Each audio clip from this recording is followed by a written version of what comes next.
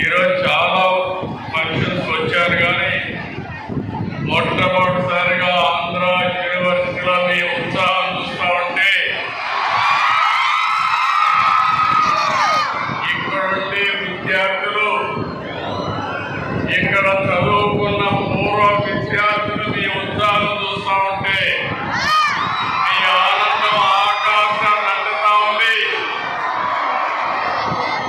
అలాంటి మీ అందరికీ పేరు పేరున మనస్ఫూర్తిగా అభినందనలు.